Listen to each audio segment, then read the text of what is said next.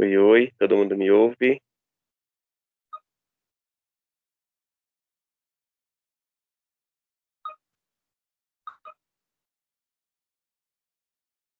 O meu celular reiniciou sozinho aqui, abençoado. Eu vou ter que ingressar de novo aqui,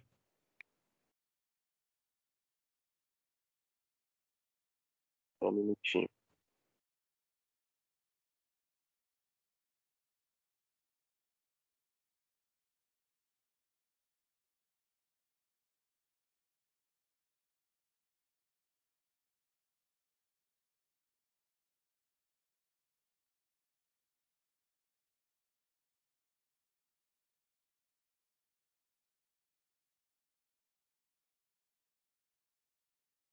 E aí, Cailane, como é que tá aí o Nordeste?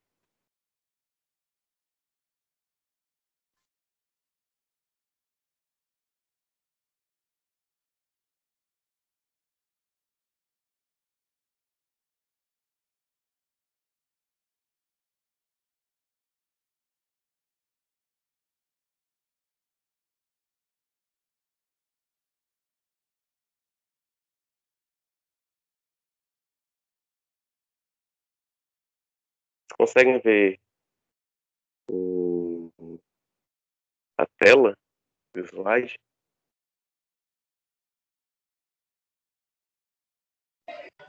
Sim, eu tô vendo o slide.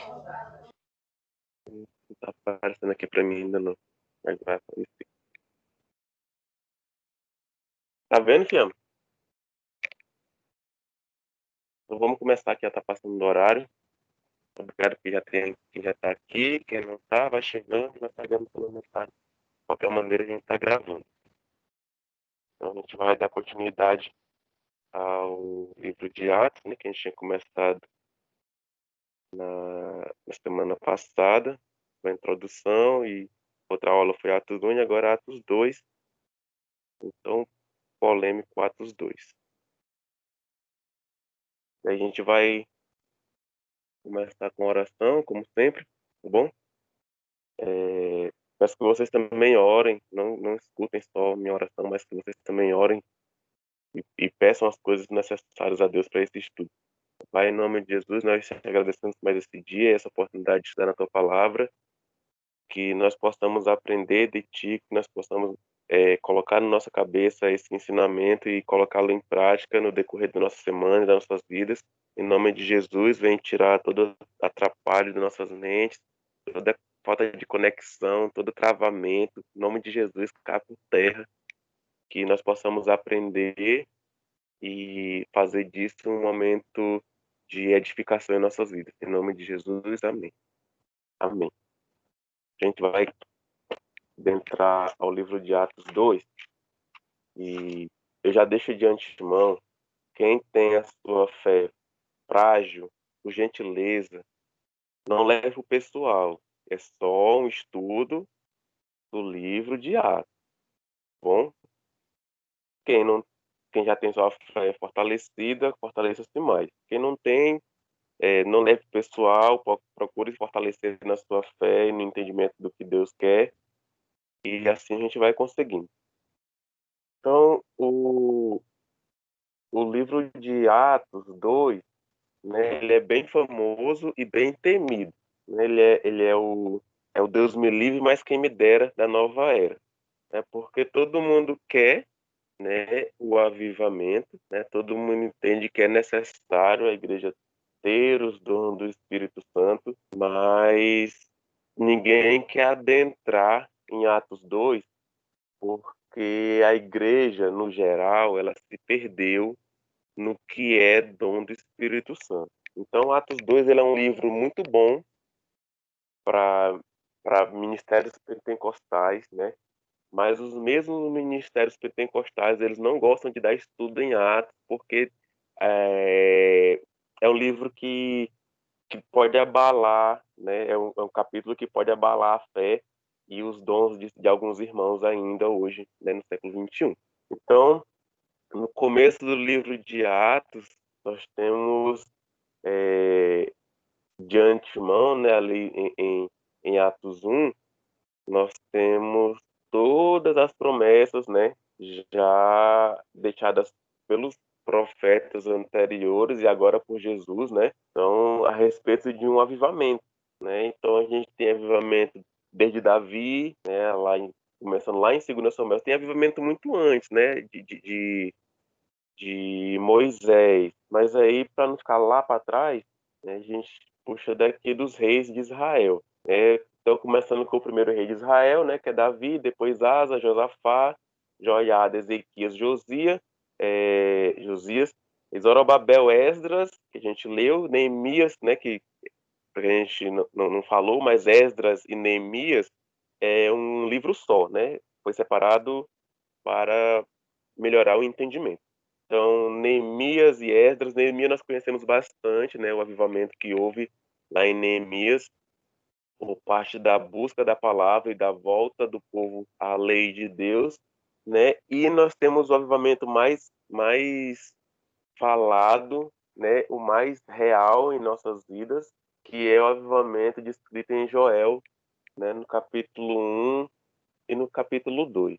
Então, nós temos Jesus reconfirmando, né, esse avivamento de Joel. Então, em Atos 2, a gente vê se cumprir a promessa do Senhor Jesus aos apóstolos, de que o Espírito Santo seria derramado sobre a igreja, sem medida, para os que, revestidos pelo poder de Deus, possamos pregar o evangelho a todas as nações. Então, Jesus, ele reafirma, né, essa promessa aos apóstolos e confirma também essa promessa de Joel, né, promessa de Deus a respeito do derramamento do Espírito Santo sobre as pessoas em Jerusalém. Então ele tanto confirma, né, e também afirma que nós só podemos pregar, né, e o evangelho só iria começar a ser difundido, né, depois de nós termos e dos apóstolos serem, né, revestidos pelo poder de Deus através do Espírito Santo. Para vocês aí aparece um foguinho subindo, aparece? Então a gente vai tratar, né, da tão falada vinda do Espírito Santo, né, no capítulo 2, versículo 1 ao versículo 13. Então, no dia de Pentecostes, Deus dá aos seguidores de Jesus Cristo, né, o Espírito Santo anunciado por João Batista e prometido por Jesus e confirmado, né, através de Joel. Como Jesus tinha predito lá no capítulo 1, quando a gente estudou, né, no capítulo 1, versículo 8. Ele fala, mas recebereis o poder quando vier sobre vós o Espírito Santo, serei minhas testemunhas, tanto em Jerusalém como em toda a Judéia e Samaria e até a última parte da terra. O versículo primeiro, a gente vai tratar do que era o Pentecoste, né? E, na verdade, do que é o Pentecoste, porque algumas igrejas ainda hoje elas fazem esses festejos e Israel também ainda faz. Os judeus comemoravam a festa da colheita do trigo, né? A gente pode ver isso em Levítico e Deuteronômio, que são os livros da lei, 50 dias depois da Páscoa. Por isso que ela era chamada de Pentecostes, que quer dizer, então, como a gente já sabe, né? Penta vem de 5, né? E cortes é de festa. Então, esse Pentateuco, Pentecoste, remete a 5 e múltiplos de 5, né? No caso aqui são 50. A palavra grega quer dizer quinquagésimo, né, dia. Quinquagésimo alguma coisa, né? Quinquagésimo dia. Então, depois de 50 dias da Páscoa, né? Depois da Páscoa, era comemorado a festa da colheita lá no Antigo Testamento, que também tem o nome de festa de Pentecostes. Daí a gente vai precisar entrar para saber o que é o Pentecoste, né? O Pentecoste era uma das 3 maiores festas judaicas.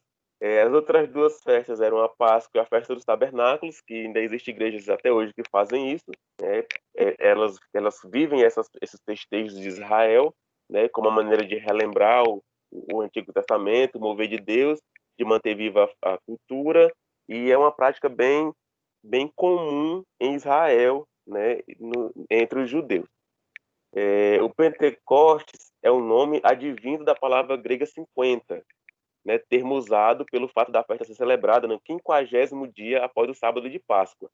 Essa celebração também era conhecida pelos nomes de Festa das Semanas, Festa dos Primeiros Frutos ou das Primícias. Durante essa celebração, os judeus levavam a Deus as primícias da terra em ação de graças. esperando que desse que Deus, né, esperando que ele desse ao resto da colheita a sua bênção. Então esse dia de Pentecostes é o dia das primícias da Igreja de Cristo, o começo da grande colheita das almas que viriam a conhecer Jesus Cristo e unirem-se à Igreja por meio da obra do Espírito Santo. Então ela é mais conhecida, né, e o termo mais conhecido, além de Pentecostes, é a festa das primícias, que é tudo aquilo que é seu, que é o primeiro seu, né? Muitas vezes a gente já ouviu falar, né, do primeiro salário que as pessoas doam para a igreja, né, ofertam à igreja, da primeira, no caso dos judeus do Antigo Testamento, né, no caso dessas festas aqui, eram as primeiras colheitas, as primeiras ninhadas de aves ou de rebanhos.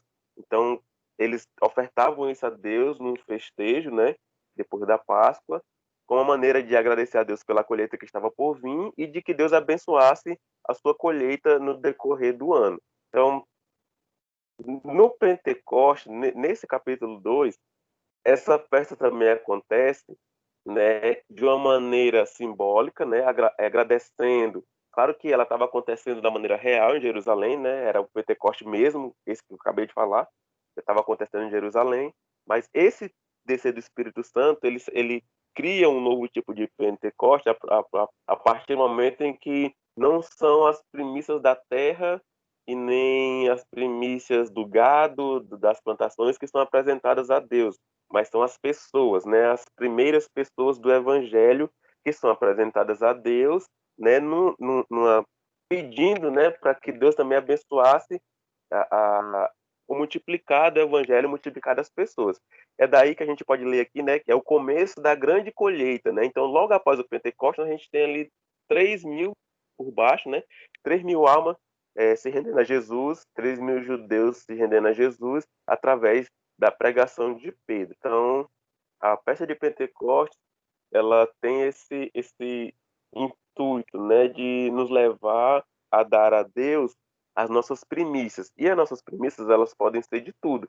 Podem ser as primeiras horas, podem ser os primeiros louvores, os primeiros salários, as primeiras roupas, as primeiras vendas. É você que decide o que é primícia para você, né? Tem gente que, assim que acorda, já oferta a primeira hora ao Senhor, né? Porque já é a sua primícia, né?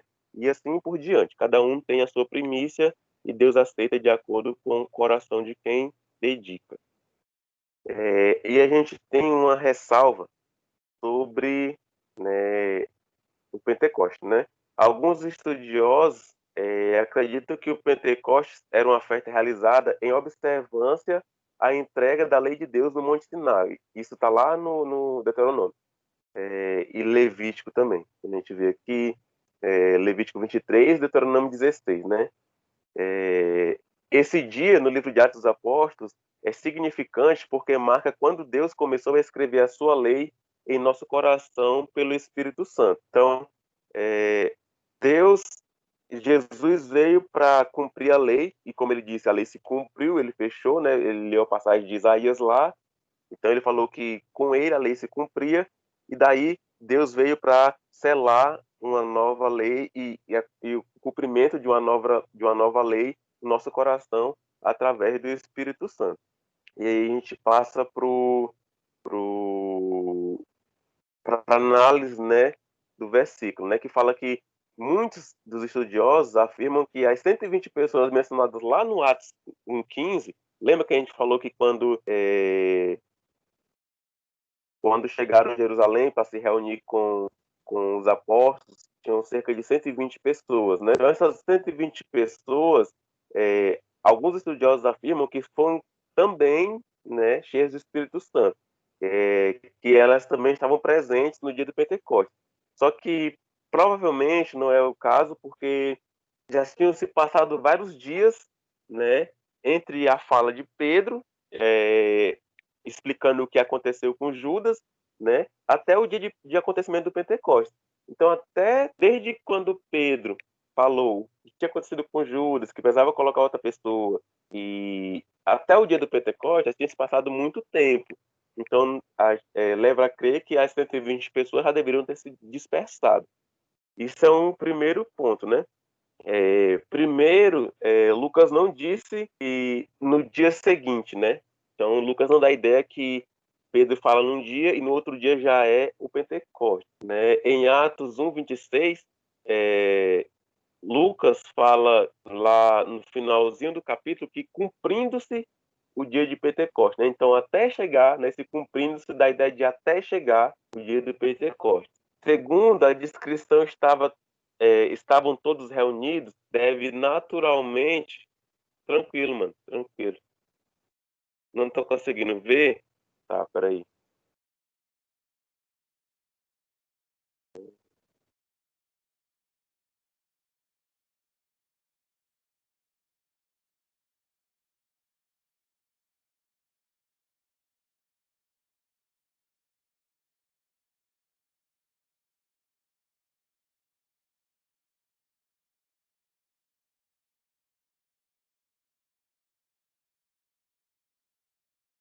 E agora, tá conseguindo ver? Tá, beleza. É, Segundo, a descrição estavam todos reunidos deve naturalmente se referir ao último grupo mencionado, que é o grupo de apóstolos referido em Atos 1:26. Terceiro, aqueles que falaram em línguas, as línguas, né, que falaram em línguas estranhas em Atos 2, são descritos como galileus, tendo tal alusão uma reminiscência de Atos 1:11, onde a gente estudou e viu que a maioria dos apóstolos eram galileus, né? O qual o próprio anjo falou, né? Homens da Galileia, porque estás aí parado olhando para o céu, tal. Então, quando acontece, né, o Pentecoste lá, da descida do Espírito, é, as pessoas falam que eram galileus, né? Então isso remete a apenas os apóstolos e algumas outras pessoas. É, Por último, quando Pedro se levantou para falar em Atos 1:14, ele falou como pertencente ao grupo dos 12 apóstolos, não como pertencente ao grupo maior de discípulos. Então, quando o versículo também fala que eles estavam reunidos no mesmo lugar, esse lugar provavelmente, né, desse acontecimento, deve ter sido uma parte do templo de Jerusalém. Eles deviam estar dentro do templo, né? Então, quando Jesus fala para eles esperarem em Jerusalém, eles tinham que esperar de uma maneira certa e no lugar certo, né? Então, a gente entende que é na parte de dentro, não a parte reservada do templo, porque é difícil imaginar como uma grande multidão, né, que é dito em Atos 2:5, poderia ter observado as atividades no cenáculo, ou se o pessoal tivesse se reunido nas ruas estreitas que fazia circunvizinhança, né, a casa onde os apóstolos estavam. Então, essa ressalva, ela vem tratar, né, da lei do Pentecostes, lá em Deuteronômio e Levítico, vem tratar de quem estava reunido, das pessoas que participaram, né, que não eram as 120, mas era um grupo mais enxuto, né, e de um lugar onde eles estavam. E daí a gente passa, né, a observar o versículo 2. Você acabou de ler o versículo 1, né, que chegou o dia de Pentecostes, a gente viu como é que foi chegar esse dia, e estavam todos concordantemente reunidos em um só lugar. Então, esse só lugar era dentro do templo, esses todos reunidos eram os discípulos, os 12, mais algumas poucas pessoas. O versículo 2 fala justamente sobre a descida do Espírito Santo, né? Um barulho que parecia o de um vento. Então, muitas vezes na Bíblia, quando a gente tem a menção de um vento soprar, a gente está se referindo, e a Bíblia está se referindo, né, a possivelmente o poder de Deus, né, a presença do poder de Deus.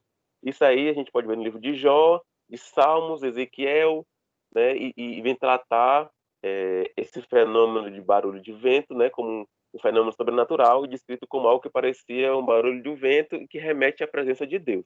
Então, quando a gente vê lá em Êxodo, quando Deus ia se manifestar, né, para Moisés, tinha vento, barulho de trovões e relâmpagos, né? Então, a presença de Deus, ela se fazia percebida de uma maneira que todos sabiam que algo sobrenatural estava acontecendo.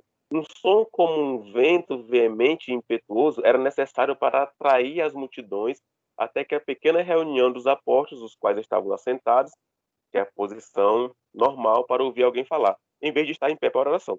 Então era necessário, né, esse som impetuoso e estrondoso para chamar a atenção, né, das multidões para onde lá os apóstolos estavam, né? E daqui a gente tem uma, uma informação legal, que é a maneira que eles estavam, né? Eles estavam assentados. E o costume judaico, é que quando existe alguém ensinando, né, os seus discípulos estão sentados para aprender. Então, quando Jesus está no monte, no Sermão da Montanha, em Mateus 5, né, ele sobe para um lugar mais afastado, né, e ele só começa a ensinar quando os discípulos se sentam, né? Então, quando os discípulos estão sentados, é uma posição de quem quer ouvir alguém falar, né, para aprender ou para alguém manifestar, né, alguma posição sobre algum fato, né? E a posição de estar em pé era a posição de oração que eles estavam lá em Atos 1. E foram vistas por eles línguas repartidas como de fogo, né? A grande multidão, após ser atraída pelo o som, né, pelo grande som mencionado no versículo 2, contemplou a manifestação visual de Deus, e eram as línguas repartidas como fogo. Então, o fogo frequentemente indica na Bíblia a presença de Deus, né? Deus apareceu a Moisés na sarça ardente, que não se consumia, lá em Êxodo 3. Também guiou o seu povo no deserto com a coluna de fogo que brilhava à noite, lá em Êxodo 13, 21 e 22. E desceu, né, a ele, né, ao Moisés, em fogo, né, na figura de fogo, no Monte Sinai, lá em Êxodo 19 e 18. Deus enviou fogo para consumir a oferta de Elias, lá quando Elias colocou os profetas de Baal para correr, né, que é o Elias debochado. Então, lá no Monte Carmelo, 1 Reis 18, 38 e 39, Deus se manifestou com fogo para consumir as ofertas de Elias, e ainda usou a visão de fogo para avisar Ezequiel sobre o seu vindouro julgamento, e também quando Deus tirou o povo do Egito, né, ele protegia as pessoas do frio da noite no deserto com a coluna de fogo, né? Vale ressaltar isso. Então, esse fogo, em forma de línguas repartidas sobre cada um deles, traria de volta imediatamente a lembrança de todos esses exemplos do Antigo Testamento que diziam respeito ao fogo e à presença de Deus. E daí a gente passa, né, já passa por 4, que já começou a ler, né? De repente veio sobre o som, como de uma rajada de vento impetuoso, e encheu toda a casa onde eles estavam assentados. E lhe apareceram línguas como de fogo, e que se repartiram e pousaram sobre cada um deles. Daí, todos, né, o versículo 4 fala que todos foram cheios do Espírito Santo e começaram a falar em outras línguas, conforme o Espírito Santo lhe concedia. E esse é o versículo mais problemático, né, dos estudos bíblicos das assembleias e de qualquer denominação que vai estudar a vinda e a descida do Espírito Santo. A palavra traduzida como línguas é uma palavra grega usual para línguas conhecidas. Falar em línguas ou em outras línguas fez com que a igreja ampliasse o seu alcance evangelístico, né? Ponto. Essas testemunhas estavam falando em línguas estrangeiras, e as pessoas das outras nações que estavam reunidas para o Pentecostes conseguiam entender. Então era como se do nada eu começasse a falar, sei lá, alemão, né, que é uma língua bem difícil, e alguém que fosse alemão conseguisse entender com clareza, né? Essa festa, como a gente falou antes, como uma das 3 maiores celebrações dos judeus, era caracterizada pela peregrinação de pessoas que viviam fora de Israel, né? Essas pessoas viajavam até Jerusalém para celebrar o Pentecostes. Então a gente viu aquele mapinha lá, as pessoas saíram de todas as partes, né? Os judeus, claro, que moravam fora de Israel, para celebrar o Pentecostes lá em Jerusalém. Então tinha gente de todo lugar. Essas pessoas eram provenientes da Arábia, Creta, Ásia e até mesmo Roma. Muitas delas ficaram em Jerusalém durante os 50 dias de celebração, né, da Páscoa até o Pentecostes. E foram essas que participaram, né? Então, conforme o Espírito Santo lhes concediam a que falasse. Note que o texto não diz que o Espírito falou por meio dos apóstolos, mas que os capacitou para falar em línguas das quais não tinham conhecimento prévio. Então, o texto fala para a gente que não foi o Espírito Santo que falou através deles, mas eles falaram através do Espírito Santo línguas já conhecidas, mas que eles não tinham o conhecimento de falar elas. A gente tem que lembrar que o pessoal da Galileia, né, assim como Jesus, eles eram tidos como roceiro, né? Então, para ele estar falando outras línguas, o pessoal ficava abismado por isso. Ah, como é que esses roceiros não fizeram nem um Mobral, estão falando outras línguas, né? E eu estou conseguindo entender aqui na minha língua materna, sendo que esse pessoal da Galileia, o pessoal da Ralé. Então tinha essa visão, né, por parte de quem estava presenciando esse acontecimento. E daí a gente vai partir, como eu falei, um conteúdo bem, bem polemiquinho, né? Eu entendo que existem dons que a gente trabalha e busca até conseguir. No meu entendimento, né, particular, o dom de línguas é um deles, né? O dom de línguas conhecidas. É um dom que você pode buscar, aperfeiçoar e usar ele de acordo com o que Deus pede para fazer. Existe, né, a liberação por parte do Espírito Santo para você estar numa conferência, talvez, ou numa igreja, e ele querer que você fale em mandarim e você falar em mandarim, né? Então, o dom de línguas, especialmente o dom de línguas conhecidas, né, ele é um dom que ele pode muito bem ser buscado, né? Então, a gente tem vários aparatos no mundo de hoje, né, no contemporâneo, que nos permitem praticar e, com a ajuda de Deus e dos nossos estudos, adquirir o dom de línguas conhecidas, né? Então, como eu falei lá no começo, se você tem a sua fé ainda é uma fé que tá se formando agora em relação ao dons de língua, em relação ao mover do Espírito Santo e tal, isso aqui para você é só informação. Pelo amor de Deus, não vai desviar porque eu falei isso. Nós temos dois tipos de palavras que designam línguas diferentes. Nós temos a xenolália, que é a primeira palavra, né, que agora foi mudada para xenoglóssia, e nós temos a glossolalia. Então, a xenolália é a capacidade de falar uma língua estrangeira que o indivíduo desconhece, né, que ele não aprendeu nem foi exposto, mas que essa língua já existe, né? Xenolália é um termo grego, onde xeno significa estranho e lália significa linguagem. Então, a xenolália foi o que aconteceu com os discípulos no versículo 2, né? Quando eles começaram, aliás, no versículo 4, eles começaram a falar em línguas estranhas.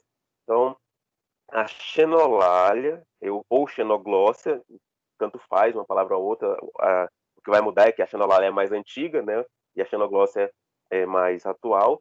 Lembrando que lália, né, de xenolália, esse lália significa linguagem, e o glóssia de xenoglóssia significa idioma. Então, é idioma estranho ou linguagem estranha. Então, dá no mesmo.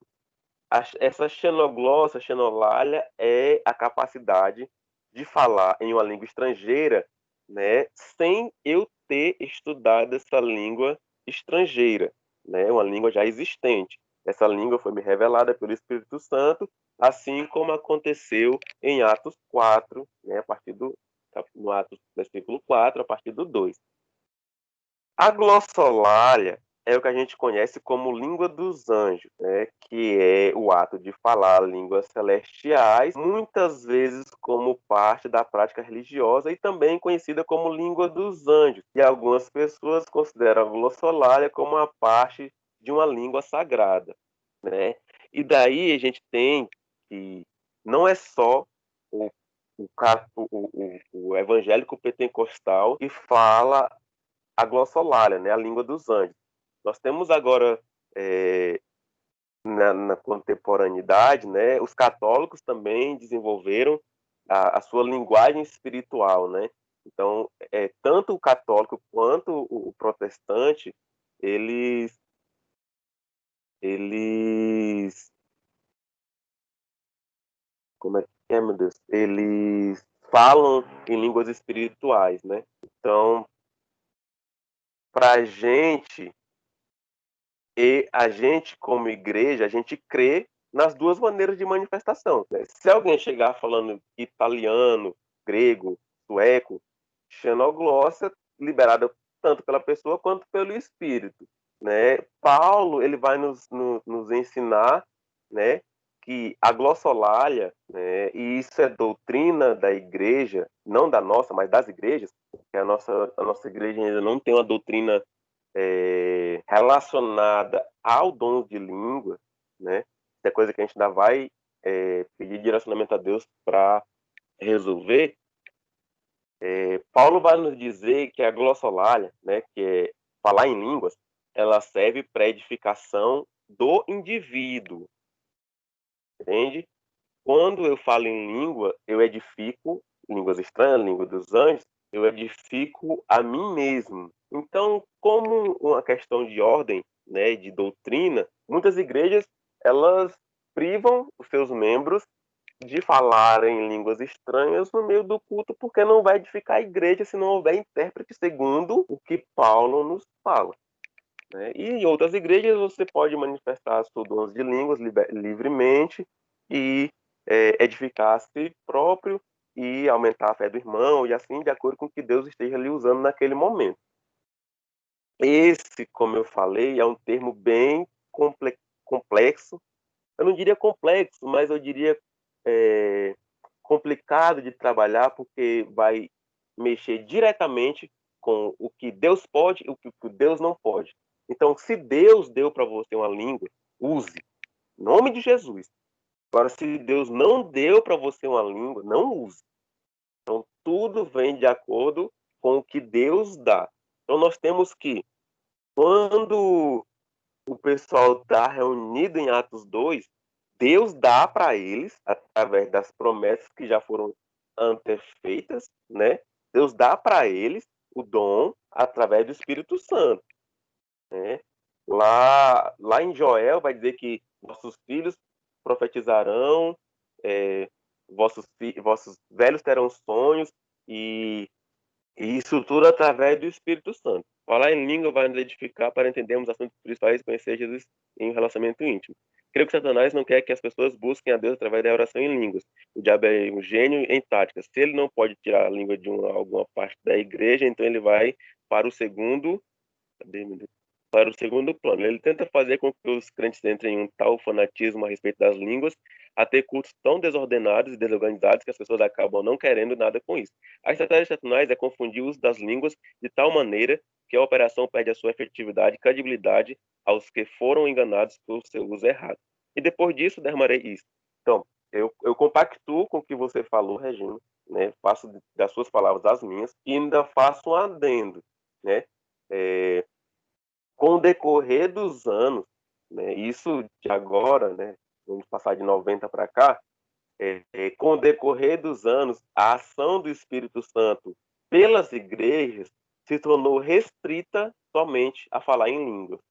Então as pessoas chegam a dizer que se você não falar em línguas, você não tem o Espírito Santo, sendo que o Espírito Santo ele age, né, de várias maneiras, e quem sou eu para restringir o movimento do Espírito Santo, né? E Paulo vai falar lá na frente, lá em Gálatas, sobre os frutos do Espírito, certo? E os frutos do Espírito nada mais são do que os dons gerados em mim pelo Espírito Santo. Então, com o passar do tempo, as igrejas, no geral, elas passaram a estreitar o que é o agir do Espírito Santo dentro da igreja, que só se dá pelo falar em línguas, né? Então, a gente tem uma ideia, como você falou, muito errônea a respeito do falar em línguas, e essa maneira errônea de passar essa ideia e de usar essa ideia acaba afastando as pessoas do culto e também da presença de Deus.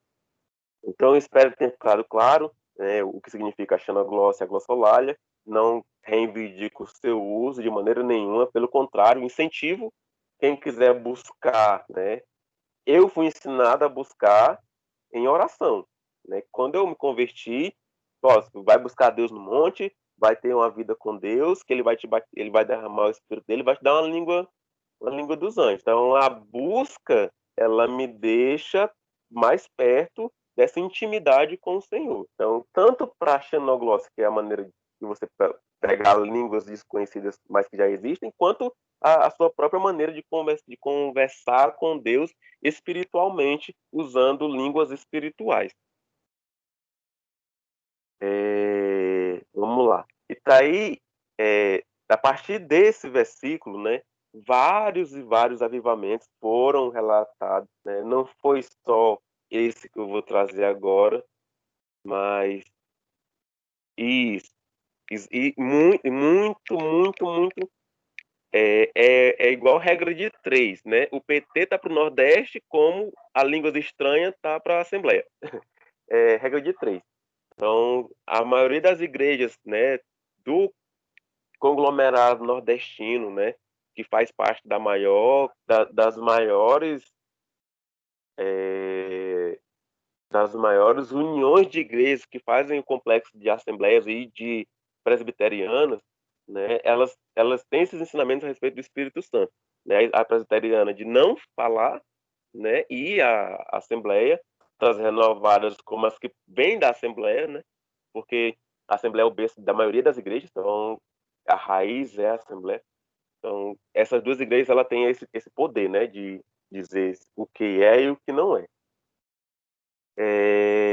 Nós temos em todos os países, nós temos a partir desse versículo, né, é, avivamentos relatados, mas para a gente do Brasil e da América, no contexto global, o que é mais famoso é o avivamento da Rua Azusa, né? O pentecostalismo surgiu com o norte-americano Carlos Fox Parham, né? Foi ele quem, pela primeira vez, elaborou uma definição teológica para isso, né? Para o movimento que sublinhava o vínculo entre falar em línguas e o batismo no Espírito Santo, né? Então, ele organizou isso.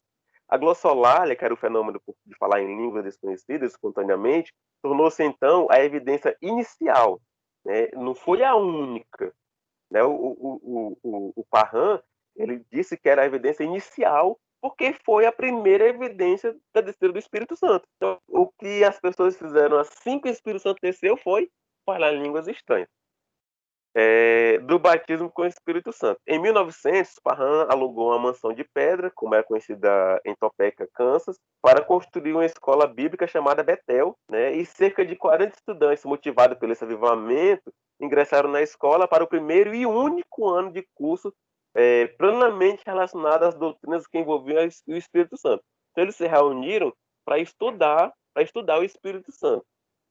E depois de um ano, né, em janeiro de 1901, os alunos de Parham se reuniram para orar e neste dia foram batizados com o Espírito Santo e passaram a emitir palavras desconhecidas, né, e esse foi o estopim para o avivamento na Rua Azusa. Poucos eventos afetaram a história da igreja contemporânea tão profundamente quanto o avivamento da Rua Azusa, cuja explosão é explicada por meio de uma renovação espiritual mundial calcada em princípios pentecostais. O personagem histórico central desse evento foi o pastor William Joseph Seymour, discípulo de Parham, que era um dos discípulos do cara que foi dar aula. Então, o movimento desenvolveu-se a partir de um pequeno armazém em Los Angeles, naquela rua, número 312, justificado assim por seu nome. A contribuição do pregador Seymour foi essencial, pois se não fosse ele, esse pentecostalismo, né, do Parham não tinha ganhado essa proporção, tinha sido apenas boatos. Daí para frente, Seymour se tornou o grande anunciador do movimento pentecostal. Em 1906, os seus ensinos sobre as práticas de falar palavras desconhecidas trouxe grandes quantidades de adeptos ao pentecostalismo, e 2 anos mais tarde, a igreja dele já mandava missionários para 25 países. Então, não tem como negar, né, que esse avivamento foi um avivamento genuíno, porque a premissa do avivamento de Atos 2 é a expansão do evangelho em outras línguas, que foi justamente o que aconteceu em 1906, né, depois do avivamento da Rua Azusa, com a igreja de Seymour, né, enviando missionários para 25 países através desse avivamento que aconteceu, né? O advento, ou seja, esse evento da Rua Azusa, de fato, estavam excedendo profunda força, tanto centrípeta quanto centrífuga, ou seja, ele tanto tinha força dentro de si quanto fora de si, né? O movimento pentecostal naquele momento era muito forte dentro da igreja e fora da igreja. Quando eu falo centrípeta, é quando a força é de dentro. E quando eu falo centrífuga, é quando a força é aplicada fora. E funcionava como um potente imã, atraindo líderes de diversos segmentos do protestantismo que desejavam conhecer o que estava acontecendo ali. E a gente tem que ver que de 1906 para cá são poucas coisas, é pouco tempo, né? A gente tem 506 anos, eu acho, 503 da Reforma. Então é pouco tempo. E também como centro irradiador da mensagem pentecostal, enviando grupos para diversas localidades do país e do mundo. Então foi um movimento totalmente genuíno que gerou a expansão ainda mais do evangelho. Aqui no Brasil, né, o movimento pentecostal foi trazido por operários imigrantes, né? Primeiro em 1910 pelo italiano Luiz Franciscone, fundador da Congregação Cristã do Brasil. Então aquela igreja que as mulheres usam véu, né, a igreja do véu, mais conhecida como igreja do véu, é a Congregação Cristã do Brasil. Ela é a igreja que é pentecostal, as pessoas falam em línguas estranhas. E logo em seguida, em 1911, né, no ano seguinte, pelos suecos Gunnar Wingren e Daniel Berg, fundadores da Igreja Evangélica Assembleia de Deus. Então, tanto a congregação cristã quanto a Assembleia de Deus, ela tem suas raízes, né? Não que elas foram adeptas, né? Mas elas têm suas raízes no pentecostalismo. Foi expressiva também a contribuição da missionária Amy Simple McPherson, fundadora da Igreja do Evangelho Quadrangular, iniciada no Brasil em 1951 pelo pastor Harold Edwin Williams. Todos eles, sem distinção, foram influenciados pelo movimento da Rua Azusa, pelo avivamento da Rua Azusa. Enquanto isso, o Seymour, né, continuou o pastorado na Rua Azusa até morrer lá em 28 de setembro de 1922. O edifício da igreja onde tudo começou foi destruído poucos anos mais tarde. Todavia, quando isso ocorreu, o Pentecostes já estava disparado no mundo. Hoje, a gente tem mais igrejas pentecostais no mundo do que qualquer outro tipo de igreja junto. A gente tem mais igrejas pentecostais do que luteranos, anglicanos, batistas, e presbiterianos somados juntos. E a maior igreja pentecostal do mundo possui cerca de 700 mil membros e está na Coreia do Sul, né? Fazendo uma rápida correção, essa igreja ela tem 880 mil membros, né? Entrou para o livro do recorde, do Guinness Book. A Yodo Full Gospel Church, que é a igreja do Evangelho Pleno, lá na Coreia do Sul, né? Um mega templo e que tem aí modificado a maneira como o evangelho é visto, né, na Coreia do Sul, com seus missionários e com sua maneira de cultuar.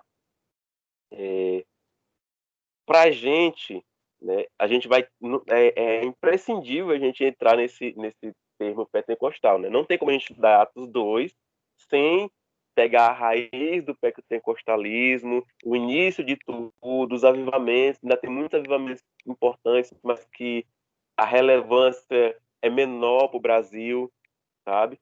Então, daí, pensando agora, aqui eu estava pesquisando, eles têm um corpo de líderes de 100 a 120 pastores e 700 colaboradores, né, para organizar tudo. Para organizar e ajudar, né, 880 mil pessoas. Imagina o trabalho que não dá, né? Para a gente, que é um punhado de gente, no máximo 20 pessoas, já é um Deus nos acuda, né, para se reunir, para se organizar. Imagina 880 mil pessoas. Fica doido.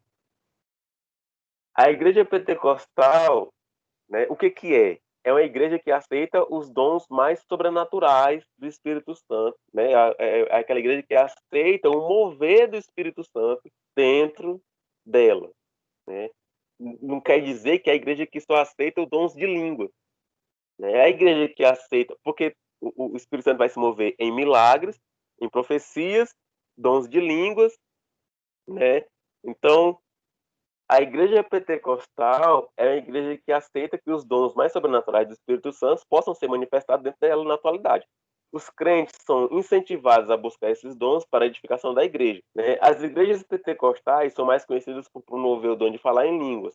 Na igreja primitiva, o Espírito Santo agia de forma poderosa nos cristãos, com curas milagrosas, profecias e línguas estranhas e vários outros dons, né? E daqui a gente pode levantar, né,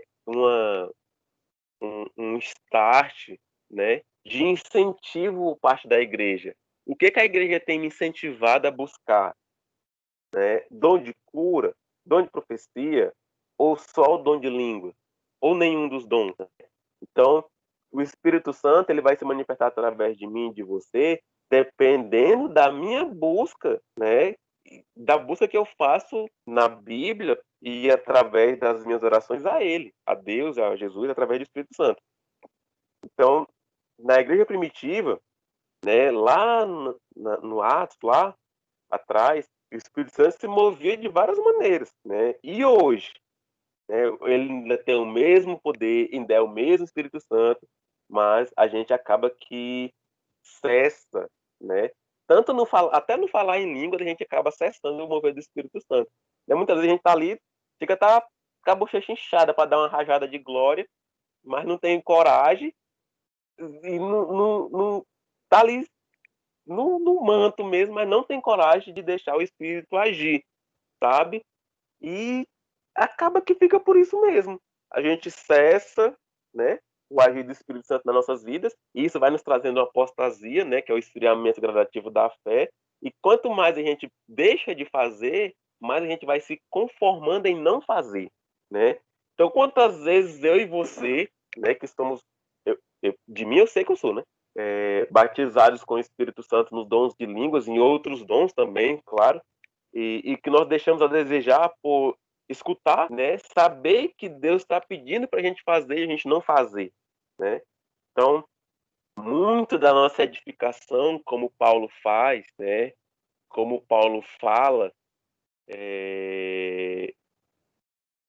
muita nossa edificação depende das nossas orações. E o homem, assim como Paulo fala, o homem que ora em línguas estranhas, ele edifica muito a si próprio, né? A Gina falou assim, acredito que todos são chamados para falar em línguas, mas se não falar, isso não quer dizer que não são... Exatamente, porque a gente parte do princípio assim, ó, o cristão, ele recebe o Espírito Santo no ato do seu batismo. Desceu as águas, quando tu subiu, já está selado com o Espírito Santo. Você falar em línguas, curar alguém através do seu toque ou de uma oração, é o agir do Espírito Santo que já está em você. Não quer dizer que ele desceu ali e se apossou de você naquela hora, né? Então, quando Jesus fala assim, ó, João batizava vocês com água, mas eu vou batizar vocês com o Espírito, com fogo. Então, no ato de a gente ser batizado, nós somos detentores do Espírito Santo. Porque é o Espírito que nos liga a Jesus. Como que nós vamos batizar sem ter o Espírito Santo? Então, né, todos os cristãos, né, batizados, eles têm o Espírito Santo. Agora, alguns deles decidem não manifestá-lo. É, do Espírito Santo, sabedoria, conhecimento, da fé, de curar, oração. Isso, exatamente, Regina. Exatamente. E daí, os dons do Espírito Santo vão agir diretamente com os frutos que ele gera, sabe? E é tudo interligado. Eu não posso ser uma pessoa usada pelo Espírito Santo e não frutificar de acordo com o Espírito, né?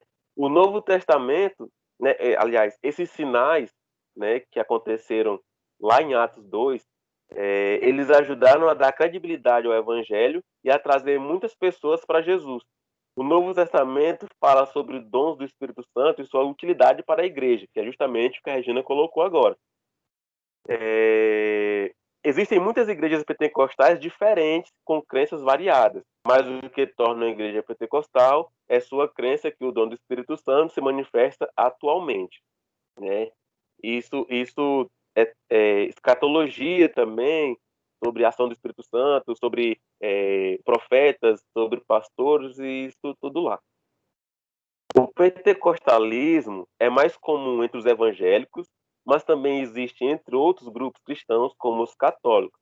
As igrejas pentecostais acreditam que esse crente hoje em dia pode receber dons sobrenaturais do Espírito Santo, como falar em línguas, curar ou profecia. Está lá em Marcos 16, 17 ao 18, 1 Coríntios 14, versículo 1, e nessas citações que a Regina nos colocou, 1 Coríntios 12, de 8 a 10, Efésios 4, 8, 1 Coríntios 12, 6. Esses dons são para o bem da igreja. Os pentecostais também dão muito valor ao batismo com o Espírito Santo. Para mim é como se fosse um rebatismo. É batizado com o Espírito Santo, você só vai manifestar ele. Daí a gente sai desse contexto de pentecostal, neopentecostal, não pentecostal, e vai seguindo, os versículos. Tanto o falar em línguas conhecidas como falar em línguas dos Andes depende de você, depende de mim, Se a minha busca pela a proximidade com Deus ela é fervorosa, muito mais próximo das coisas que são sobrenaturais eu vou estar. Então, se eu sou um crente frio, que mal lê a palavra, que não tá nem aí para nada, eu não vou manifestar isso de jeito nenhum. A não ser que ele vai me usar igual usou a jumenta lá, mas é na falta de um homem de Deus. Então, essa procura, essa busca por avivamento, pela presença de Deus, pela conformidade com a palavra, essa busca ela nos leva a obter esses dons sobrenaturais, tidos como sobrenaturais. O versículo 5 fala assim: em Jerusalém estavam habitando judeus, homens religiosos de todas as nações sobre o céu. E daí, judeus religiosos, são judeus que andavam conforme a lei mandava. Aquelas pessoas, igual Paulo, antes de se converter, que para eles a religião era o que a lei dizia. Então, tinha todo tipo de gente. Então, esses judeus religiosos eram os judeus que andavam conforme a lei mandava, lá em Deuteronômio 16, 16, 17. Eles tinham vindo a Jerusalém para comemorar a festa da colheita, que era o Pentecostes, como eu já falei, uma das 3 grandes festas dos judeus, lá no começo eu falei. E que eles vinham de todas as nações. Naquele tempo, havia muitos judeus morando em muitos países e em diferentes províncias do Império Romano. E daí a gente parte para os versículos que vai dizer onde as pessoas moravam. E não faz sentido, não fazia sentido eu falar esses lugares sem dizer para vocês onde é que eles são hoje. Então, eu não sei na tradução de vocês, mas a minha não fala o lugar, o lugar. Ele fala da pessoa daquele lugar. Ele não vai falar a Pártia. Ele vai falar os partos e medos, que eram as pessoas que moravam em Pártia e na Média, Ele não vai falar os egitos, ele vai falar os egípcios. Então, as pessoas que moravam na Pártia são as pessoas que fazem parte do sudeste ou do nordeste do Irã. Eu não sei se eu coloquei mapa, acho que eu não coloquei mapa nesse. Mas é bom depois a gente pegar um mapa para olhar onde essas pessoas que estavam lá reunidas em Jerusalém, de onde elas eram e as distâncias que elas percorreram.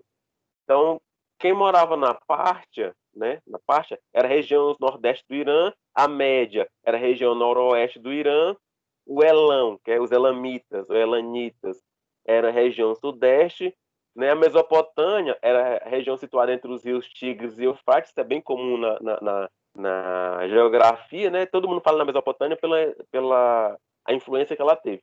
Ficava entre os rios Tigre e Eufrates, é o berço da civilização, como falo, Mesopotâmia, onde hoje é o tão amado Iraque. Então, a Judéia é a região que ficava no sul da terra de Israel, a Capadócia, região hoje que faz parte da Turquia, o Ponto, né, que é os portos, era uma província que, como a Bitínia, ocupava território ao longo da margem do sul do Mar Negro. A Ásia era a província romana que hoje faz parte da região onde está a Turquia, né, no oeste da Turquia. A Frígia e a Panfilha eram territórios que hoje fazem parte da Turquia. A Líbia era a região que fica na África do Norte, situada ao oeste do Egito. Cirene, que é a capital de Cirenaica, no distrito da Líbia, né, que está lá em Atos 3, a gente vai ver lá na frente. Creta é uma ilha situada no mar Mediterrâneo, ao sul da Grécia. Então, é pertinho de Creta, Grécia, dá até para... Então, os convertidos ao judaísmo, lá no versículo 11, né, que eles passam os versículos 9, 10, 11, né, falando sobre as pessoas e de onde elas eram. Então, falam que todos ouviram falar, né, no versículo 11, e cretenses e árabes, todos ouvimos falar em nossas próprias línguas as obras maravilhosas de Deus. Então, eles não estavam falando qualquer coisa, né, movidos pelo Espírito Santo. Eles estavam falando sobre as coisas que Deus tinha feito nas línguas que eles nem sabiam. Então, convertidos ao judaísmo, né? E os não-judeus tinham aceitado a religião dos judeus, os homens eram circuncidados, e todos os convertidos, homens e mulheres, obedeciam à lei de Moisés, que eram as pessoas que não foram citadas de região, mas que eram convertidos ao judaísmo. E daí a gente parte para o 12, que falam que todos se maravilhavam e estavam em dúvida, dizendo uns para os outros. O que significa isso? Né? E no 13, fala assim, outros zombando, diziam, estes homens estão cheios de vinho. Um contraste entre dois grupos, né? Os helenistas, que aqui está embaixo dizendo, né, que são judeus cristãos de língua e cultura grega. Eles não entendiam o que estava sendo falado lá porque a língua que estava falada era outra. É um contraste entre dois grupos, né, os helenistas e os judeus, que eram os judeus que era judeu mesmo e o judeu que tinha se convertido, que era o pessoal que morava na Grécia, os romanos, os gregos tinham se convertido ao judaísmo. Ambos os grupos ouviram os apóstolos falando em línguas. O versículo 12 trata da reação dos helenistas, oriundo de várias partes do mundo, né, já convertidos. Eles entenderam os dialetos falados pelos apóstolos e, consequentemente, o milagre do evento. Por outro lado, o versículo 13, né, mostra os judeus que não compreendiam as línguas estrangeiras que os apóstolos estavam falando. Por essa razão, concluíram que os apóstolos estavam bêbados e falavam línguas e falavam palavras sem nexo. Pedro, né, quando ele vê isso, Pedro, o primeiro discípulo a reconhecer a verdade sobre Jesus, né, lá em Mateus 16, 13, 19, que é lá quando Pedro fala que Jesus é o Cristo, Filho de Deus vivo, né, que é o primeiro a reconhecer Jesus. Foi também o primeiro a dar testemunho do Senhor. Pedro pregou um sermão para varões judeus e para todos que habitavam em Jerusalém, os quais julgaram o episódio inteiro como resultado do consumo de muito vinho. Então a galera pegou ali e falou: o pessoal deve ter bebo, falando, não estou entendendo nada. E isso os judeus falando. Não estou entendendo nada, deve estar bebo. E daí a gente parte para a mensagem de Pedro. Né? Enquanto o pessoal estava lá profetizando, falando as maravilhas que Deus tinha feito, cada um na sua língua, né? E olha que eram muitas regiões, então eram muitas línguas. Enquanto essas pessoas estavam profetizando e falando as maravilhas de Deus, Pedro atentou para esse grupo que falou assim, não, esse pessoal até é bêbado, estão tomados pelo vinho. E daí Pedro ele vai e como sempre, né, ele toma essa iniciativa de defender seus irmãos. Pelo poder do Espírito Santo, né, Pedro dá o seu testemunho a respeito de Jesus Cristo, lá no comecinho, né, tanto da vinda do Espírito de Deus como a ressurreição de Jesus tinham sido anunciadas pelo servo de Deus do passado. O profeta Joel, lá no 17, 21, né, quando Pedro fala lá no versículo 17 ao 21. E o rei Davi, no versículo 25 ao 28. Nisso Pedro está citando Joel, dizendo que Jesus ia vir, ia derramar o seu espírito, e logo em seguida ele vai citar o rei Davi, né, também fazendo alusão a Jesus vindo como Messias e a derramamento, a descida do Espírito Santo, e a parada sobre Judas, né, que também está em Salmo. E Davi, que também era profeta. A ressurreição de Jesus prova que ele é Senhor e Messias. Então o versículo 15 fala, cadê? Que Pedro ele vai dizer que o pessoal não está embriagado e fala o porquê, né? Então Pedro fala no versículo 15, aliás, fala no 14, Pedro, pondo-se em pé com os 11, levantou a sua voz e disse-lhes: Homens da Judéia, e todos vós que habitais em Jerusalém, seja-vos isto conhecido, e escutai as minhas palavras, porque estes não estão embriagados, como imaginais, sendo esta a terceira hora do dia. Então, a terceira hora do dia é praticamente 9 horas da manhã. Ao pé da letra, o texto original, né, que eu acabei de ler, ele fala a terceira hora.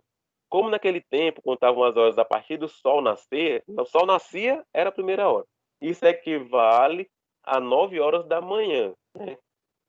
É, Essa era a hora em que os judeus, antes de comer ou beber, faziam a primeira oração do dia. E daí Pedro vai começar o sermão, né, no versículo 16 até o versículo 21, sentando a lenha no povo. É o sermão que Pedro faz o pessoal entender que foram eles que crucificaram Jesus.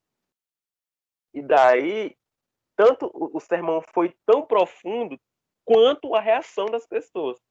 Então, Pedro começou o seu sermão citando a passagem de Joel 2, 28 e 32, que é a descida a descida do Espírito Santo, a tradução grega do Antigo Testamento.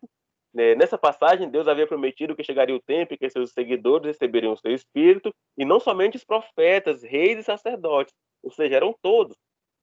Pedro indicou que aquele tempo predito pelo profeta tinha chegado. Deus falaria por meio de todos aqueles que fossem até ele, ou por meio de visões, sonhos ou profecia. Tal evento representa o começo dos últimos dias. O ato final da salvação de Deus começou com o derramamento do Espírito Santo e continuará até o fim desta era. Então, o, o princípio da salvação, né? É como se a gente estivesse linkando o novo com o velho, é como se o Espírito Santo, o derramamento do Espírito Santo, fosse a nossa arca de Noé. É o que vai garantir que a gente sobreviva. Então, o derramamento do Espírito Santo é o início do fim dos tempos.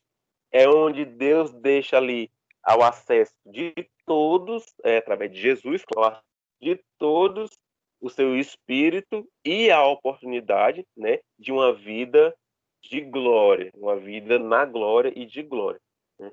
Então, é o começo dos fins dos dias, começa com o derramamento de espírito.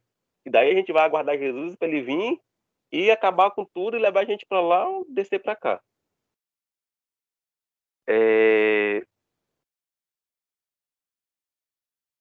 Do versículo 22 ao versículo 24, Pedro vai falar que este que vos foi entregue, né, Jesus Cristo, este que vos foi entregue pelo determinado conselho de presidência e presciência, Jesus Cristo era a provisão de Deus para o perdão de todo pecado. Então, quando Pedro fala assim, esse que foi entregue, ele foi entregue por alguém que quis entregar, aquele que conhece tudo. Né? Quando ele fala o conselho e presciência, ou seja, já sabia o que ia acontecer, já sabia que era necessário. Jesus era a provisão de Deus para o perdão de todo pecado. Ainda que tenha sido a nossa natureza pecaminosa a conduzir o Senhor à morte, ele já sabia e ele veio para isso.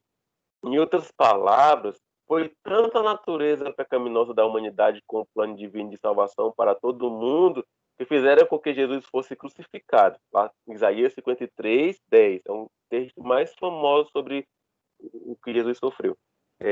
Até mesmo na morte de seu filho, Deus manifestou seu controle soberano sobre todos os eventos, ainda que as pessoas sejam responsáveis por suas próprias ações pecaminosas.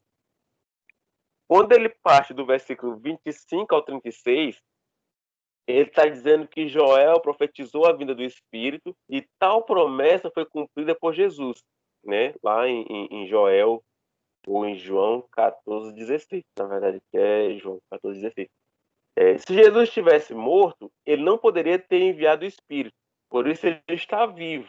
Jesus não poderia ter enviado o Espírito a menos que tivesse ascendido como Senhor aos céus. A razão de Jesus ser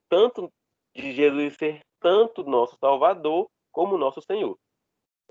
Seja-me lícito dizer livremente, né? Pedro sabia, né, que ninguém poderia discutir a revelação no Salmo. Então, existiam passagens, né? Tanto é que quando Jesus fecha o livro de Isaías lá na sinagoga, causa alvoroço, porque existiam passagens dos livros bíblicos, né, que não poderiam ser discutidos, né? Coisas sobrenaturais e profecias, só quem poderia discutir eram os rabinos e dentro das sinagogas para os seus próprios grupos de estudiosos. Então Pedro ele fala assim, ó, me permita falar aqui um pouquinho. Então me permita dizer, né? Então Pedro sabia que ninguém poderia discutir a revelação do Salmo 16, né, do versículo 8 a 11, de que o Messias não está morto. Então para o judeu não crê, né, que Jesus ressuscitou. Ele crê que Jesus está no seio de Abraão, assim como Moisés, assim como Abraão, assim como Jacó. Então, o judeu não crê que Jesus ressuscitou como Messias, mas sim que ele está lá esperando para ser ressuscitado ainda. Cadê? De que o Messias não está morto. Davi foi enterrado e não tinha ressuscitado. Por isso o Salmo fala a respeito de outra pessoa da descendência de Davi. Pedro observou que esse descendente é Jesus, que foi morto e ressuscitou. Jesus não apenas ressuscitou dentre os mortos, como também assentou-se e está agora à direita de Deus. Em seguida, Pedro expôs o outro texto de autoria davídica, ou seja, de Davi, que é o Salmo 110, versículo 1, e relata que o Messias estaria assentado à direita do Pai. E deve ser levado em consideração que Davi não ascendeu aos céus, mas os apóstolos declaravam-se testemunhas da ascensão de Jesus em conformidade com a referência do Salmo. Então, no Salmo fala que Jesus ia ser visto subindo aos céus. Então, baseado nessa argumentação, a conclusão de Pedro é clara. Jesus é o único que foi crucificado e, após ressuscitar, foi feito por Deus, Senhor e Cristo. Então, como a gente fala Senhor e Cristo, né, Cristo também é uma nomenclatura, né, para Salvador, assim como Messias. No versículo 37, o argumento que Pedro usa, ele é incontestável. Né? Ele dá uma chibatada tão segura que as pessoas elas começam a se remoer por dentro, né? Quando fala assim, compungiram-se em seu coração, se afligiram por dentro, ou se remoeram por dentro, é uma palavra mais entendível, né? Eles se afligiram por dentro, né? Os judeus se perguntaram o que deveriam fazer. Essa era uma marca do novo nascimento. O Espírito de Deus trouxe confirmação em seus corações, alavancando-os à ação. Então, o que foi que Pedro trouxe para o povo? Pedro trouxe o pecado que eles tinham cometido. Quando eles tiveram consciência, né, através do Espírito Santo, né, porque a palavra nos fala que o Espírito convence o homem do pecado. Quando eles tiveram esse consentimento, né, eles se perguntaram o que deveriam fazer. E isso é a marca do nosso novo nascimento. É descobrir onde nós erramos e saber o que fazer depois disso. Sabe, o Espírito traz para nós, né, no nosso coração, a confirmação, né, da nossa vida certa ou da nossa vida pecaminosa, e isso tem que nos levar a uma ação, e foi o que aconteceu lá. Então, Pedro, no versículo 38, fala: arrependei-vos. Né? O arrependimento envolvia a crença judaica, né, a rejeição das atitudes formais e as suas opiniões concernentes a quem era Jesus. Na fé, eles o tinham confirmada por sua ressurreição e ascensão. Então, nesse arrependimento, na crença judaica, né, deveriam que rejeitar as atitudes formais e as suas opiniões a respeito de quem era Jesus. Eles tinham que crer o que Jesus era. Então, esse arrependimento, ele é engraçado porque ele é confirmado logo após, né? Logo após a ministração de Pedro, ele é confirmado por 3.000 pessoas, no mínimo. Então, e cada um de vós seja batizado. Quando a pessoa reconhece quem Jesus é realmente, o resultado é o desejo de fazer o que ele realmente ordena, né? O que Jesus realmente ordena. A primeira ação que Jesus quer e requer de um novo convertido é o batismo, né? Em Mateus 18, Mateus 28, 19 e 20. Uma expressão externa, né? É uma maneira externa de eu expressar a graça que há dentro de mim. A ideia de um cristão não batizado é estranha no Novo Testamento, né? Atos 2:41, 8:12, 9:18 e por aí vai, a gente vai passar por lá. Fé e batismo estão intimamente conectados, né? E daí a gente tem, abre um parênteses para falar das doutrinas das igrejas, né? Cada igreja tem sua doutrina referente ao batismo, referente ao tempo de preparação para o batismo, a idade que se pode batizar, como que é feito esse batismo, né? Existe vários métodos, a dogmática, ou seja, as roupas, o tipo de culto, as pessoas que podem participar. Então, existe tudo isso. No tempo de Jesus, aceitou Jesus, batizou, pronto. Né? Hoje, dependendo da igreja, da doutrina, nós temos ali um pré-curso, né? Um preparatório ali de 3 meses ou 6 meses, e daí vai. Né? Cada igreja com a sua doutrina. Então, fé e batismo estão intimamente conectados. O batismo vem depois da fé em Cristo, mas é o primeiro sinal da fé no Senhor. A fé é para o batismo o que as palavras são para as ideias. Eu penso, logo eu verbalizo, né? As palavras são para as ideias. Eu pensei, verbalizei. Então, a fé é para o batismo que as palavras são para as ideias. É possível ter ideias sem palavras, mas para que as ideias sejam compreendidas por outros, as palavras são necessárias. O mesmo se aplica ao batismo e à fé em Cristo. Se uma pessoa diz que tem colocado sua fé em Jesus Cristo como Salvador, essa pessoa deve querer obedecer a Ele como Senhor, fazendo o que agrada a Ele. Para perdão dos pecados, e daí esse para perdão dos pecados é uma das premissas do batismo que Pedro está falando, né? E cada um de vós seja batizado para perdão dos pecados, né? Pedro está dizendo que nós devemos ser batizados para recebermos o perdão dos nossos pecados. As Escrituras ensinam que, com bastante clareza, que somos justificados pela fé, não mediante a prática de boas obras. Então, lá em Romanos e em Efésios, a gente vai ver que a fé não vem pela obras, para que não seja vangloriado em si mesmo, né? O termo mais importante da frase para elucidar a questão é para o qual também, aliás, e para o qual também pode ser traduzido por com vistas a uma comparação com a mensagem de Pedro em Atos 10, 34 e 43, torna claro que o perdão de pecados é uma expressão utilizada para se referir a qualquer um que crê. Então, você creu, você, como aqui está dizendo, né? A fé e o batismo estão intimamente conectados. A partir do momento que eu creio em Jesus, eu quero me tornar semelhante a Ele e fazer aquilo que Ele ordena. A sua palavra me fala que eu devo ser batizado, né? Então, a fé e o batismo são inegáveis à sua união.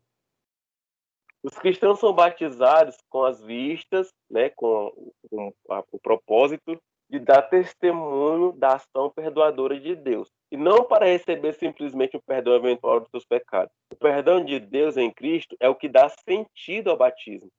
O batismo é a declaração pública de que os pecados da pessoa foram perdoados por causa da obra de Cristo na cruz do Calvário. Outra opção gramatical possível para se entender essa verdade é que arrependei-vos para a remissão de vossos pecados e que cada um seja batizado em nome de Cristo Jesus, ou de Jesus Cristo. Outros têm interpretado o batismo como um sinal de selo da graça de Deus, similar à circuncisão, que era o sinal da aliança abraâmica, ou seja, lá no tempo de Abraão, aquele que tinha parte com Deus tinha o sexo masculino, claro, eu não sei como é que era a circuncisão do feminino, né? Mas aquele que era servo de Deus, ele tinha que ser circuncidado. O dom do Espírito Santo, né? Era a promessa de Jesus em João 14, 16 e 17. O Espírito Santo nos coloca em comunhão com o Pai e com o Filho. É o mediador, né? O que faz a interlocução, né? O que nos coloca em comunhão com o Pai e com o Filho. A presença do Espírito em nós é uma bela promessa da nova aliança.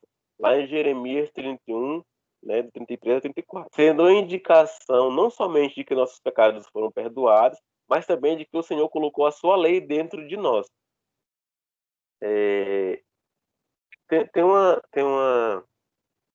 Uma frase não, um pensamento que foi passado na igreja, como eu agregava anteriormente, lá no Paraná, que eu gosto de pensar assim, né, que quando a gente é batizado, é remido pelo sangue de Cristo, nós temos parte com ele, né?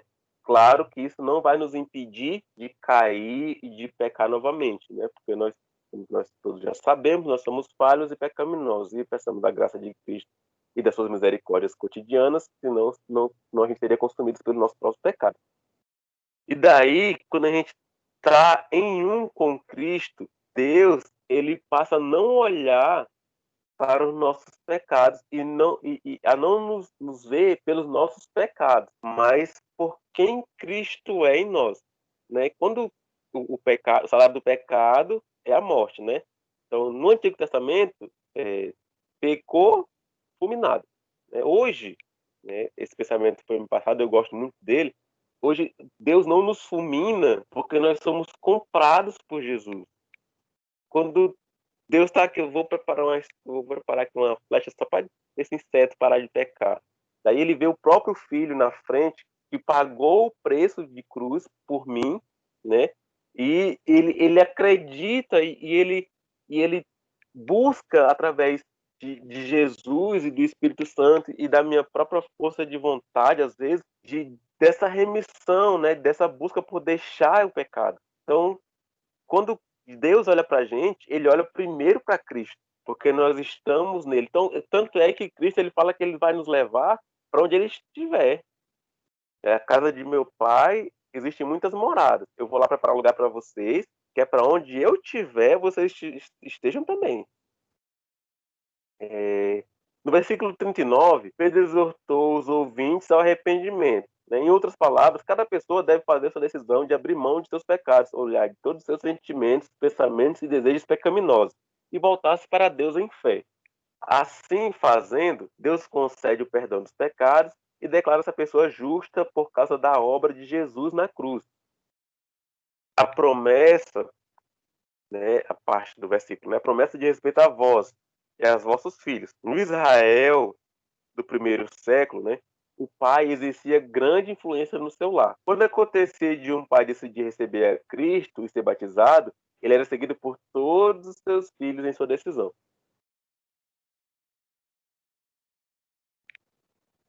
Então, no Antigo Testamento, a gente vê muito o termo patriarca, né? Ou só falando só da figura paterna dentro dos lares, sem citar os filhos ou a geração dessas pessoas, porque o pai ele exercia, né, esse grande poder dentro de casa. Então, se o pai, o chefe de família, se convertesse a Jesus, ele levava o bando todo, né? Se ele não se convertesse, ele também, o bando todo não se convertia. Quando quando a gente chega no versículo 40 e 43, que é a resposta, né, que é o que aconteceu depois e durante a pregação de Pedro, a gente tem as quase 3.000 almas. Né? A resposta ao sermão de Pedro foi tremenda.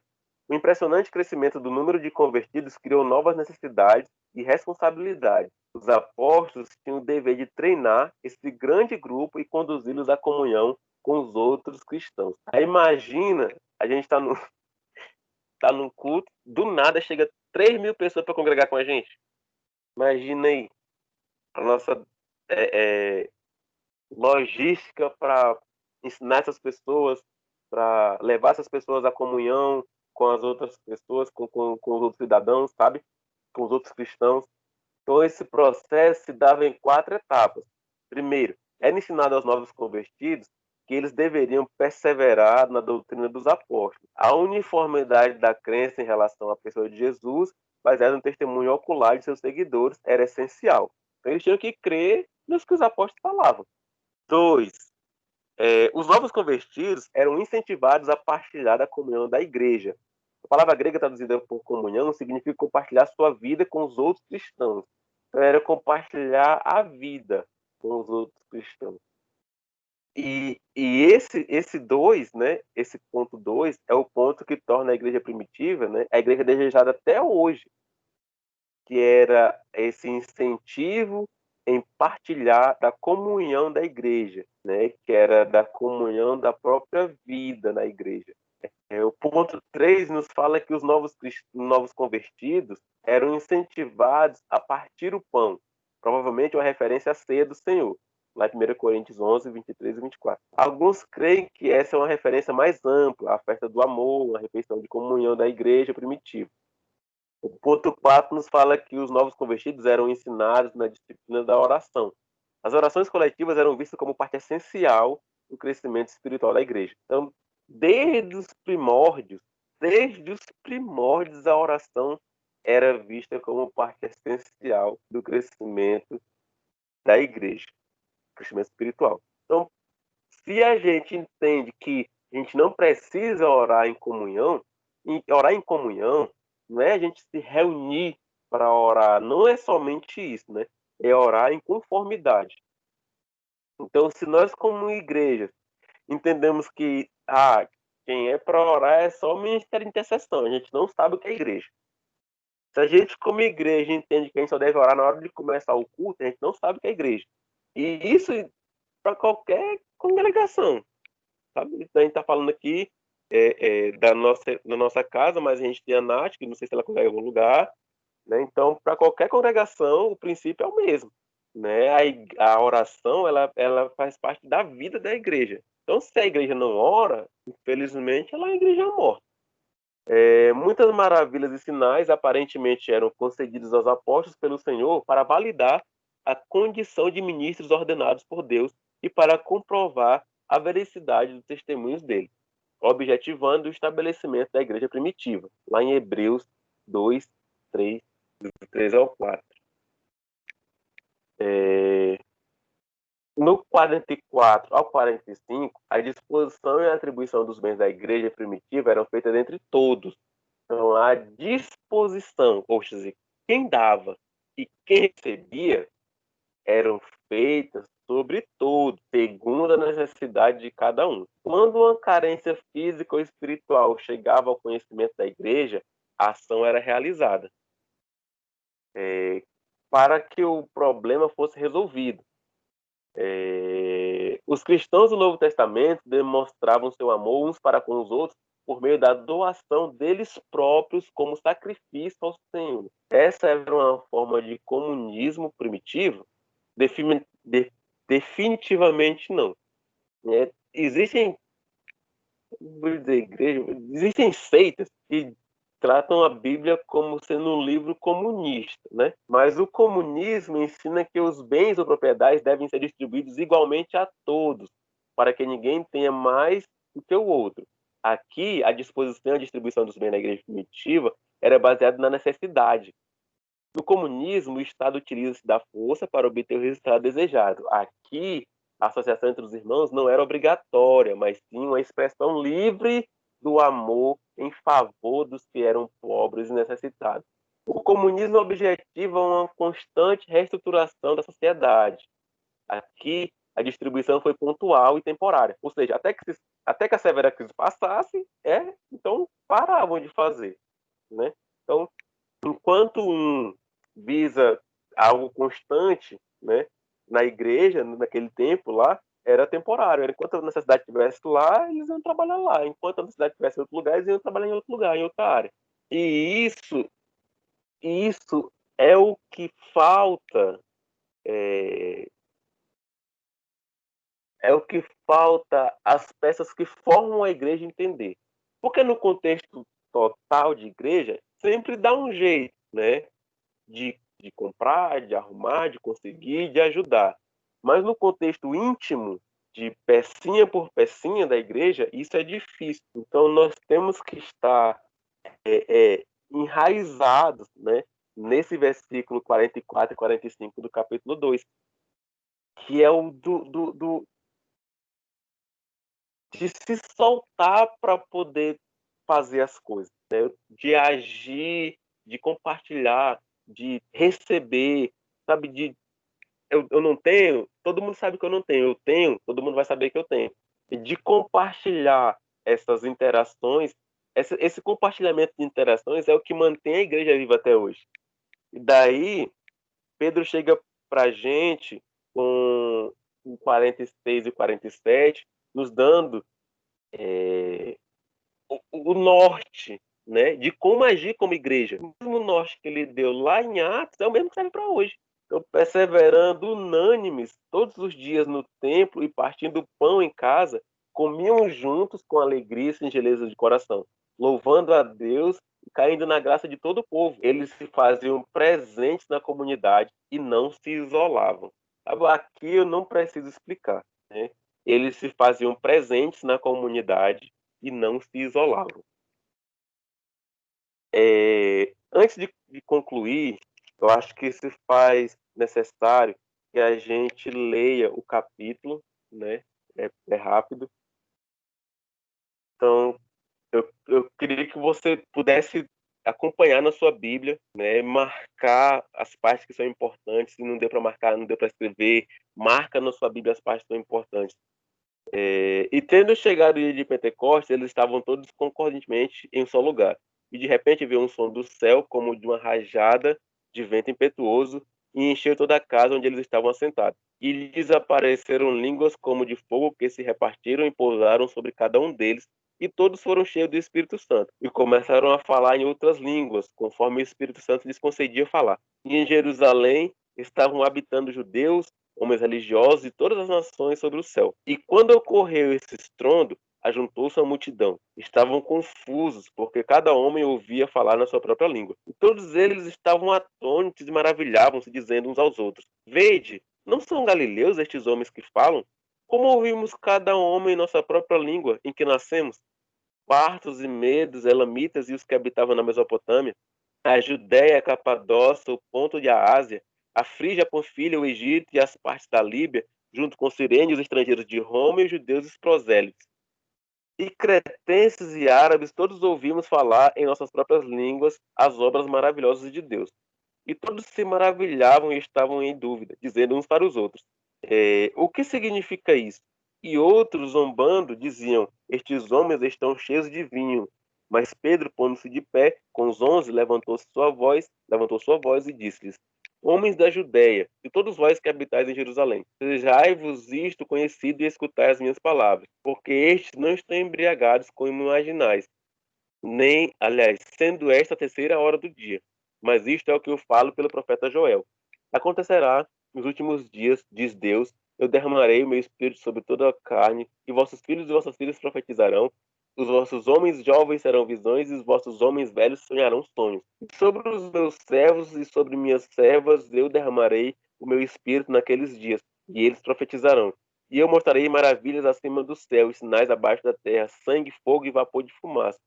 O sol se tornará em trevas e a lua em sangue, assim que venha o grande e notável dia do Senhor. E acontecerá que todo aquele que invocar o nome do Senhor será salvo. Homens de Israel, ouvi essas palavras. Jesus de Nazaré, homem aprovado por Deus entre vós com milagres, maravilhas e sinais que Deus fez por ele no meio de vós, como também vós sabeis, a este entregado pelo determinado conselho a presciência de Deus, tomando vós pelas mãos perversas, o crucificastes e matastes, ao qual Deus ressuscitou, soltas as dores da morte, porque não era possível que ele fosse retido por ela. Porque Davi fala a respeito dele: Eu via o Senhor sempre diante da minha face, porque ele está à minha direita, para que eu não seja abalado. Por isso meu coração se regozijou e minha língua exultou. E além disso, a minha carne também repousará na esperança. Porque tu não deixarás a minha alma no inferno, nem permitirás que o teu servo veja a corrupção. Fizeste-me conhecer os caminhos da vida, encher-me-ás de alegria com o teu semblante. Homens e irmãs, deixe-me falar-vos francamente do patriarca Davi, que ele morreu e foi sepultado, e a sua sepultura está entre nós até hoje. Portanto, sendo profeta e sabendo que Deus lhe havia jurado com juramento que o fruto de seus lombos, segundo a carne, levantaria o Cristo para sentar sobre o seu trono, ele, prevendo isto, falou da ressurreição de Cristo, que a sua alma não foi deixada no inferno, nem sua carne viu corrupção. É este Jesus, Deus o ressuscitou, do qual todos nós somos testemunhas. Portanto, tendo sido exaltado pela direita de Deus e tendo recebido do Pai a promessa do Espírito Santo, ele derramou isto que vós agora vedes e ouvis. Porque Davi não subiu aos céus, mas ele próprio diz: o Senhor disse ao meu Senhor: assenta-te à minha direita, até eu fazer dos teus inimigos por escabelo dos teus pés. Saiba, pois, com certeza, toda a casa de Israel, que este mesmo Jesus, a quem vós crucificastes, Deus o fez Senhor e Cristo. Ora, ouvindo isso, compungiram-se em seus corações e disseram a Pedro e aos demais apóstolos: homens e irmãos, o que faremos?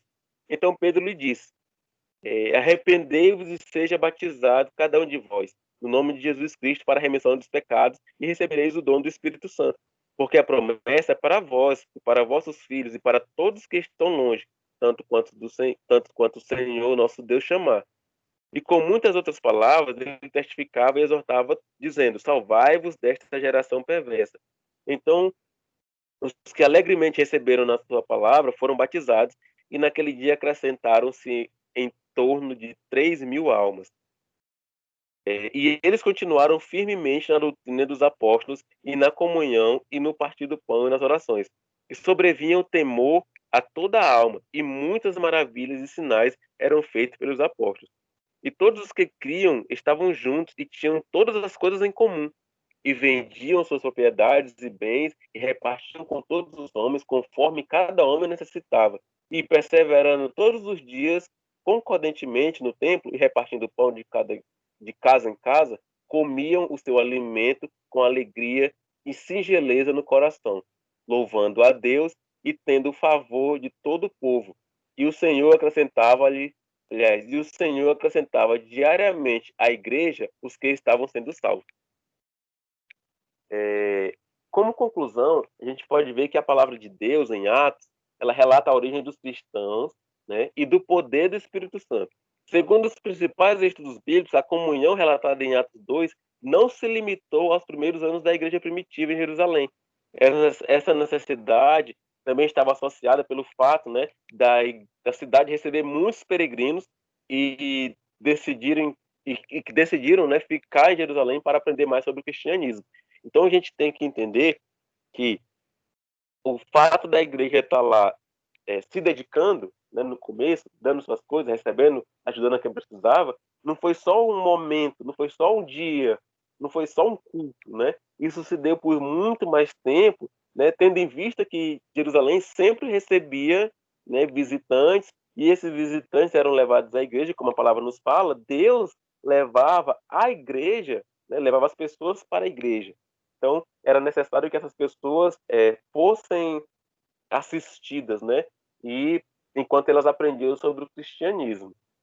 Como questionário, eu deixo para vocês responderem qual foram os 3 sinais da chegada do Espírito Santo no dia de Pentecostes, o que causou surpresa na multidão.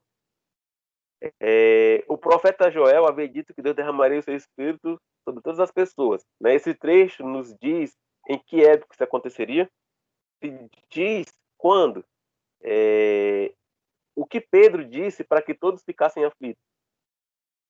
E essa última, né, em seu esforço de aprender e viver os princípios do Evangelho, como o Espírito, né, o Espírito Santo, te ajudou e me ajudou a mudar e a se converter a Jesus Cristo.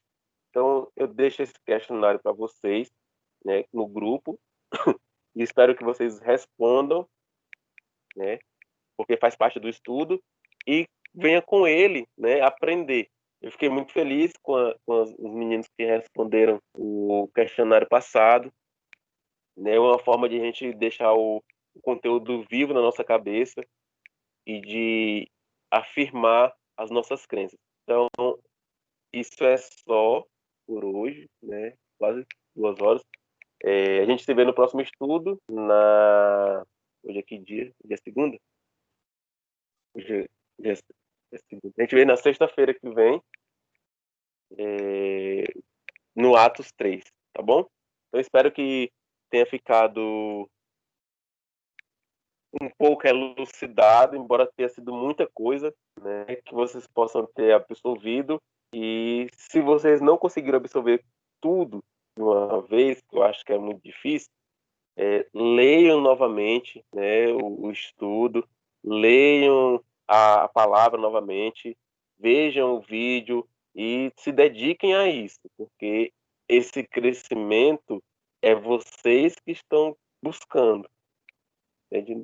Por mais que eu me esforce aqui para transmitir, vai depender de vocês, tá bom? Alguém quer falar alguma coisa?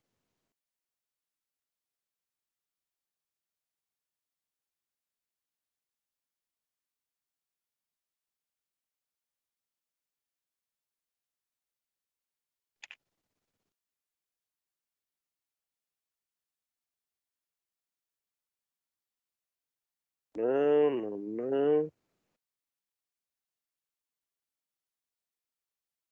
Vamos encerrar então.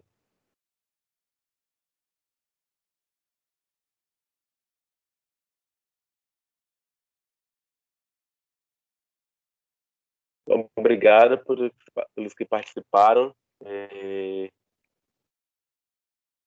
Sexta-feira a gente está junto de novo. Vamos orar para encerrar. Pai, em nome de Jesus, nós agradecemos por essa oportunidade.